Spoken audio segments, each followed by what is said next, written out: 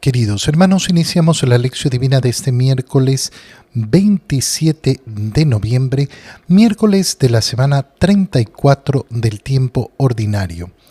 Por la señal de la Santa Cruz de nuestros enemigos, líbranos, Señor Dios nuestro, en el nombre del Padre, y del Hijo, y del Espíritu Santo. Amén.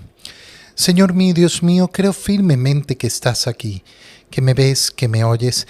Te adoro con profunda reverencia, te pido perdón de mis pecados y gracia para hacer con fruto este tiempo de lección divina. Madre mía Inmaculada, San José, mi Padre y Señor, Ángel de mi guarda, interceded por mí. Continuamos con la lectura del libro del Apocalipsis del apóstol San Juan.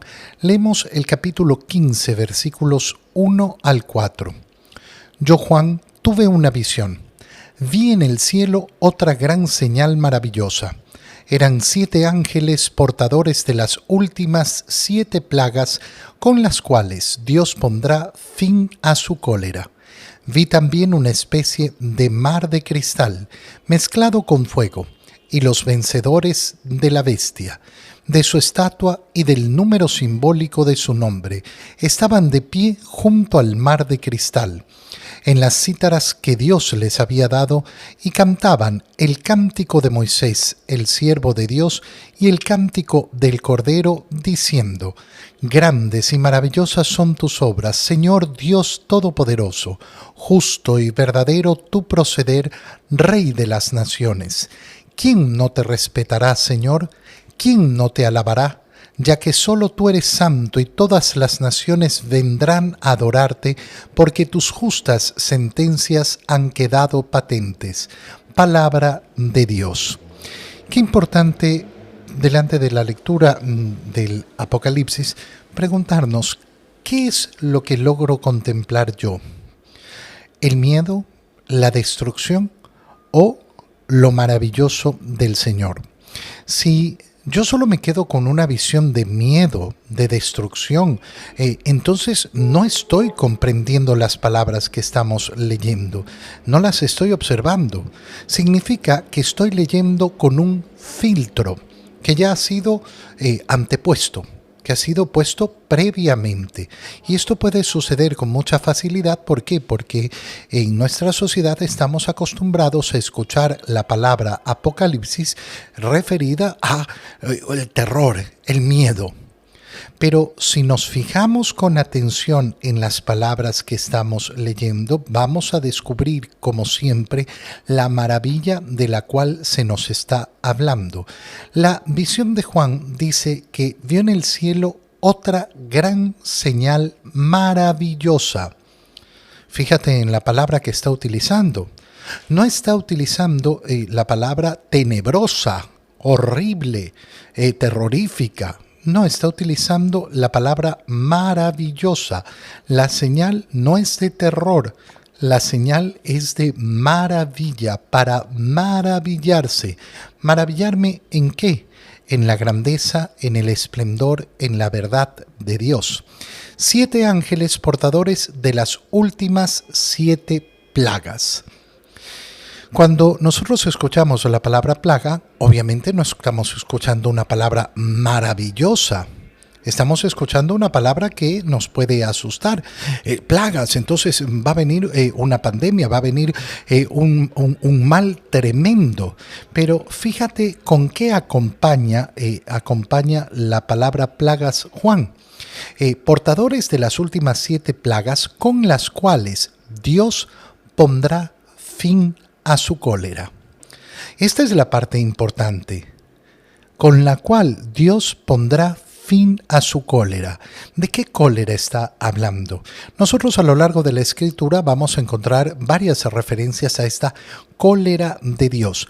Obviamente es la manera humana de poder comunicar un acto divino que no es comparable con la pasión que siente el ser humano. Nosotros cuando hablamos de que tengo un ataque de cólera, estamos hablando de una pasión humana. No la podemos comparar con Dios, ¿Por qué? Porque Dios no sufre las pasiones que sufre el ser humano. Entonces tenemos que sacarnos esa comparación. Cuando hablamos entonces de la cólera de Dios, estamos hablando de la justicia de Dios. Es decir, que nunca se puede poner por tierra la justicia de Dios como si su misericordia le arrebatara su justicia. Tenemos que recordar que la misericordia de Dios y la justicia de Dios siempre están equilibradas, siempre están juntas. No forman parte de dos realidades distintas, forman parte de una sola realidad. ¿Dios es misericordioso? Sí, Dios es misericordioso, es perfectamente misericordioso, inmensamente misericordioso.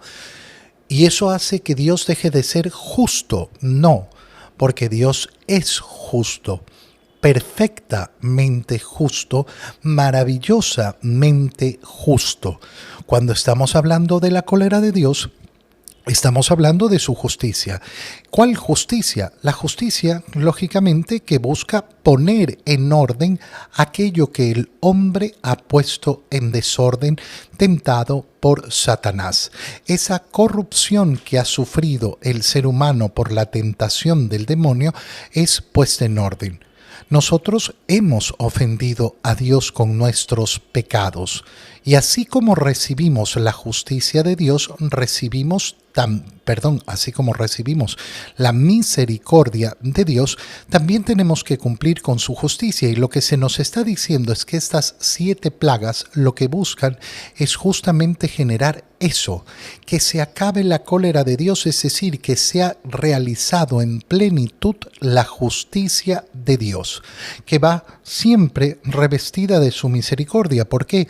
Porque su justicia se realiza justamente a través de su misericordia. Por ella podemos alcanzar la justificación. Y una vez alcanzada la justificación, entonces la cólera de Dios, el juicio de Dios se encuentra saciado. Vi también, continúa San Juan diciendo, una especie de mar de cristal mezclado con fuego, y los vencedores de la bestia. Los vencedores de la bestia, es decir, se pone fin a la cólera de Dios. ¿Por qué? Porque la bestia ha sido vencida de su estatua y del número simbólico de su nombre, que ya sabemos que es ese 666 con el cual representa la bestia San Juan en el Apocalipsis. Y estaban de pie junto al mar de cristal con las cítaras que Dios les había dado, y cantaban el cántico de Moisés, el siervo de Dios, y el cántico del Cordero. El cántico de Moisés y el cántico del Cordero, es decir, cómo se unen en una sola la antigua alianza y la nueva alianza.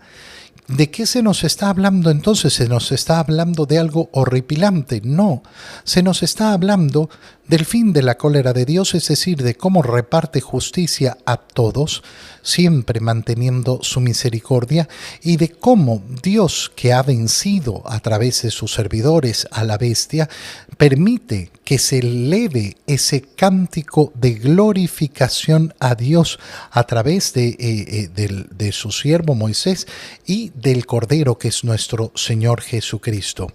¿Qué es lo que dice este cántico? Y este cántico es maravilloso. Grandes y maravillosas son tus obras. Maravilloso, ya lo vimos en primer lugar. Lo que vio Juan era una señal maravillosa, y ahora se refuerza que efectivamente lo que se está contemplando en el Señor es grande y maravilloso. ¿Por qué? Porque se contemplan las obras del Señor. La obra de las plagas con las cuales se va a poner fin a la cólera de Dios, por tanto, no son simplemente actos de maldad, o no son, mejor dicho, de ninguna manera actos de maldad, sino actos de justicia, actos que reparten la justicia. Nosotros tenemos un anhelo de justicia constante en nuestro corazón. Por lo menos eso es lo que debe haber en el corazón humano. ¿Por qué? Porque nos enfrentamos constantemente a las injusticias del mundo, a las injusticias de otras personas, a las injusticias de por qué me tocó a mí esto, por qué me tocó a mí lo otro. Y lo que se nos está diciendo es cómo se va a repartir justicia a través de esas obras del Señor. Justo y verdadero es tu proceder, Rey de las naciones. Es decir, que todo lo que hace el Señor no es para nuestro mal, sino actos de justicia y verdad para todas las naciones. Y delante de ellos, entonces, ¿cuál es nuestra actitud? ¿Quién no te respetará? ¿Quién no te alabará? Ya que solo tú eres el santo y todas las naciones vendrán a adorarte, porque tus justas sentencias han quedado patentes. Tus justas sentencias se han manifestado. Imagínate salir de este mundo, morir, y tener en nuestro corazón el anhelo de justicia, de tantas injusticias que podemos haber recibido, y saber que efectivamente en este mundo podemos haber experimentado muchas injusticias y podemos haber salido de este mundo sin que esas injusticias hayan sido resueltas. Bueno, ¿de qué se nos está hablando en el libro del Apocalipsis? De cómo la justicia de Dios resplandecerá. Y entonces mi corazón quedará saciado, es la promesa del Señor en las bienaventuranzas. Dichosos los que tienen hambre y sed de justicia. ¿Por qué? Porque quedarán saciados. En el Evangelio, leemos el Evangelio de San Lucas, capítulo 21, versículos 12 al 19. En aquel tiempo Jesús dijo a sus discípulos: los perseguirán y los apresarán, los llevarán a los tribunales y a la cárcel, y los harán comparecer ante reyes y gobernantes por causa mía. Con esto ustedes darán testimonio de mí.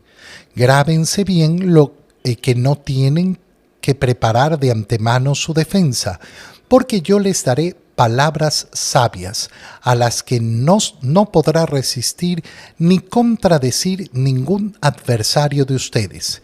Los traicionarán hasta sus padres y hermanos, sus parientes y amigos, matarán a algunos de ustedes, y todos los odiarán por causa mía. Sin embargo, ni un cabello de su cabeza perecerá. Si se mantienen firmes, conseguirán la vida. Palabra del Señor.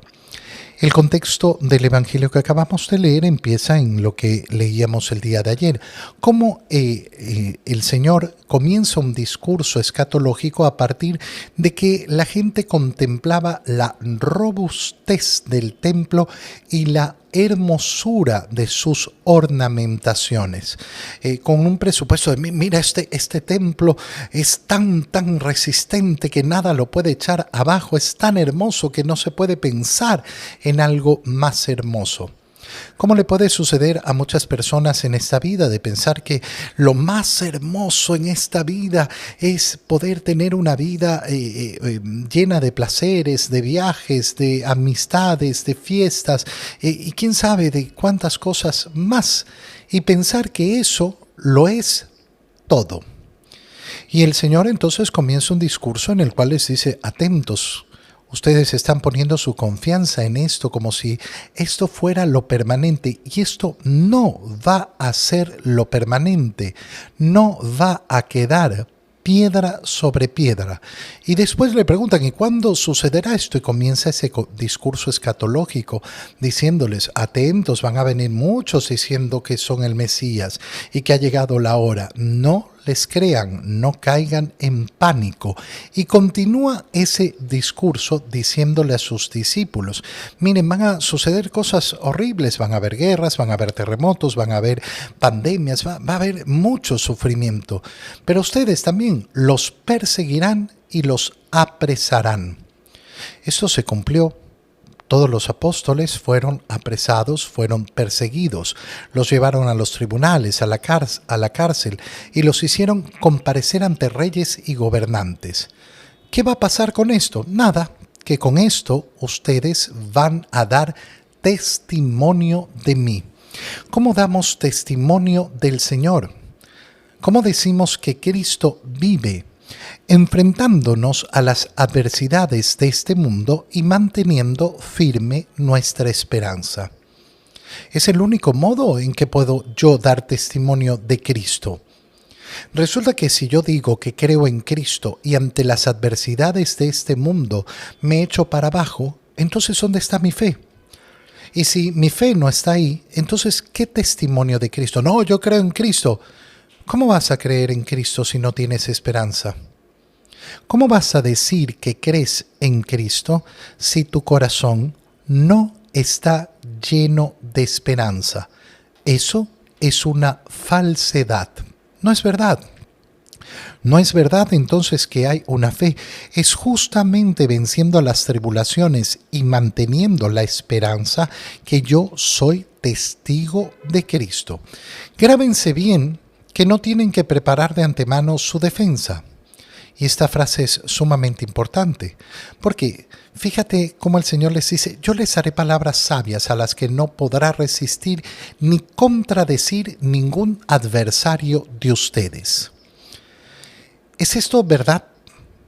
Es verdad que la defensa que hacen los apóstoles no la pueden contradecir sus adversarios, porque los apóstoles se defendieron con sus palabras delante de los ataques y a lo largo de la historia de la Iglesia, muchos que han dado la vida han efectivamente dicho lo que tenían que decir. Y sin embargo, los apóstoles y otros tantos han muerto.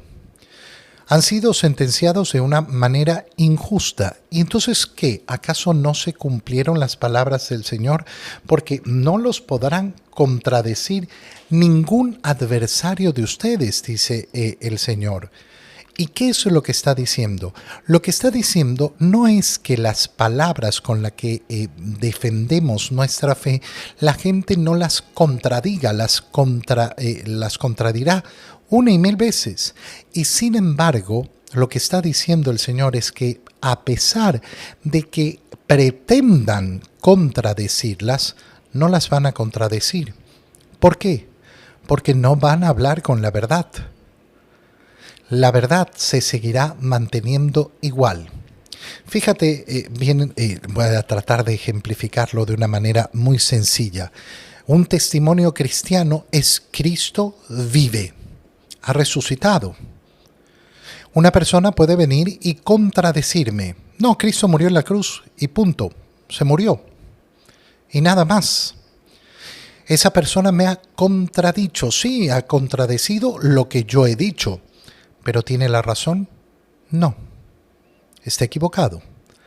Mis palabras permanecerán igual de firmes. ¿Por qué? Porque están cimentadas en la verdad. El otro podrá decir lo que sea, pero al final resplandecerá la verdad. Lo hemos visto en el libro del Apocalipsis y por eso se une este evangelio con la lectura que hemos hecho. ¿Por qué? Porque la justicia de Dios resplandecerá. Y con esa justicia se acabará su cólera. Fíjate la profundidad de lo que significa eso. Significa efectivamente que me podrán atacar, me podrán decir lo que sea, pero al final lo que digan no va a tener importancia. ¿Por qué? Porque el único juez es Dios. El que va a determinar si yo he dicho la verdad o el otro al decir que Cristo vive, es Él, no el otro.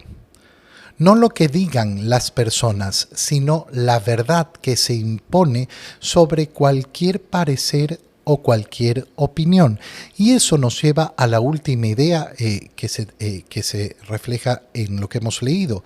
Los traicionarán hasta sus padres y hermanos. Esta es una realidad que ocurre siempre.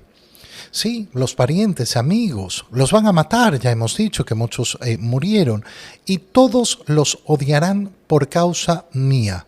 Pero qué desastroso esto que nos viene. Sí, pero sin embargo, ni un cabello de su cabeza perecerá. ¿Cómo que ningún cabello de su cabeza perecerá? Acabamos de decir que han matado a los apóstoles y tantos han dado la vida por dar testimonio del Evangelio. El mismo Señor lo acaba de decir, matarán a algunos de ustedes.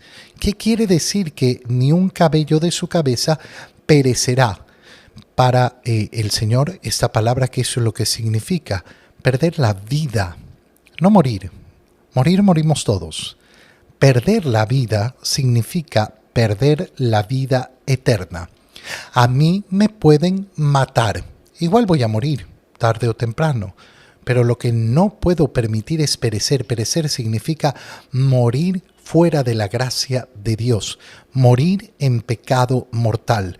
Y entonces no pereceré. ¿Por qué? Porque si me mantengo firme, conseguiré la vida. ¿La de este mundo? No, la verdadera, la eterna. Te doy gracias, Dios mío, por los buenos propósitos, afectos e inspiraciones que me has comunicado en este tiempo de lección divina. Te pido ayuda para ponerlos por obra.